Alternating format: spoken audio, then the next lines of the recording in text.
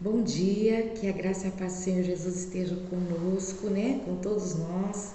Mais uma vez, eu, Fernanda Nascimento Rocha, resido em Campinas, no interior de São Paulo, e foi-me dada a grata satisfação de passar, né, essa lição.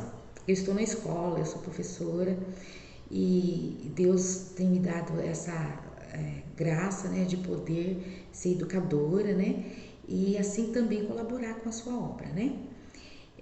O verso de hoje, a nossa lição, o melhor de hoje, é a lição de número 9 dessa semana, né? É a lição de número 9 do dia 28 de agosto de 2021. O título da mesma é O Apóstolo é Cercado. Para memorizar, nós temos aqui o verso de Atos 22, versículo 21. E disse-me o Senhor, vai, porque hei de enviar-te aos gentios de longe. Parábolas de Jesus diz o seguinte: os que são chamados a se unir a Cristo devem abandonar tudo a fim de segui-lo. Quando diz tudo, é tudo mesmo, meus queridos, né?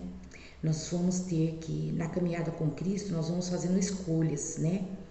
De permanecer com alguma coisa que tem nos atrapalhado, servi-lo, ou deixar aquilo para trás. Então, que Deus nos dê essa graça, né, de podermos sempre escolher estar com Cristo, sempre escolher permanecer na presença de Cristo, né, apesar das adversidades, das provas, né, que nós enfrentamos. Primeiro tópico, revelando a Cristo. O que o tratamento dado a Paulo nos lembra? Atos 21, 33 a 36 diz assim: então, aproximando-se, o tribuno o prendeu e o mandou atar com 2 cadeias. Ele perguntou quem era e o que tinha feito. E na multidão, uns clamavam de uma maneira, outros de outra. Mas, como nada podia saber ao certo por causa do alvoroço, mandou conduzi-lo para a fortaleza. E sucedeu que, chegando às escadas, os soldados tiveram de lhe pegar por causa da violência da multidão, porque a multidão do povo o seguia clamando, mata-o. E essa passagem de Paulo, né, faz-nos lembrar da passagem que houve com Jesus também, né? Aqui em Lucas 23, 18 diz: mas toda a multidão clamou a uma, dizendo: fora daqui com este e solta-nos Barrabás. Muito semelhante, né? As duas ocasiões. Então, meus queridos, o tratamento de Paulo foi semelhante ao tratamento de Cristo.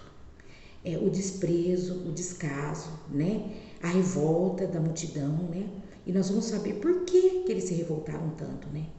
Aqui, em Conselhos aos Professores, Pais e Estudantes, página 425, diz assim: quando o Filho de Deus estava sendo julgado, a multidão judia clamava: fora daqui com este, crucifica-o. Porque a vida pura e o santo ensino de Cristo os convenceu do pecado e os condenou. E pela mesma razão, muitos clamam na alma contra a palavra de Deus. Então foi por isso, o motivo foi esse. Paulo falou acerca de um assunto de que incomodava aqueles que não queriam mudar de vida, que tocou diretamente, né, na condição em que aquelas pessoas se encontravam, né? E agora eles se revoltaram contra o apóstolo Paulo, como a multidão no tempo de Jesus se revoltou contra ele também. Vamos a 1b. Por que a providência divina abriu o caminho em defesa de Paulo? Atos 21, 37 e 39 nos diz assim: e quando iam introduzir Paulo na fortaleza, disse Paulo ao tribuno: é-me permitido dizer-te alguma coisa? E ele disse: sabes o grego? Não és tu, porventura, aquele egípcio que antes destes dias fez uma sedição e levou ao deserto 4.000 salteadores? Mas Paulo lhe disse: na verdade, eu sou um homem judeu, cidadão de Tarso, cidade não pouco célebre na Cilícia. Rogo-te, porém, que me permitas falar ao povo. E aqui nós vamos ver Paulo, então, sendo movido pelo Espírito Santo a fazer esse pedido, né?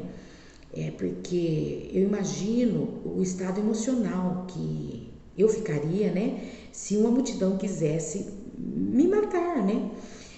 Mas vimos aqui que o apóstolo Paulo, ele estava tendo um comportamento conduzido pelo Espírito Santo do Senhor. Então ele foi levado a fazer esse pedido, né, ali àquele tribuno.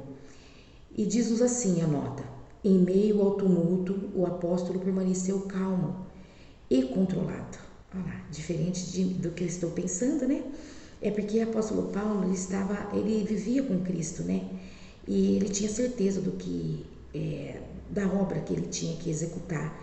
E ele não temia, porque ele tinha certeza que Deus estava com ele. Ele manteve a mente firme em Deus e sabia que anjos celestiais o rodeavam. Não podia deixar o templo sem fazer um esforço para apresentar a verdade aos conterrâneos.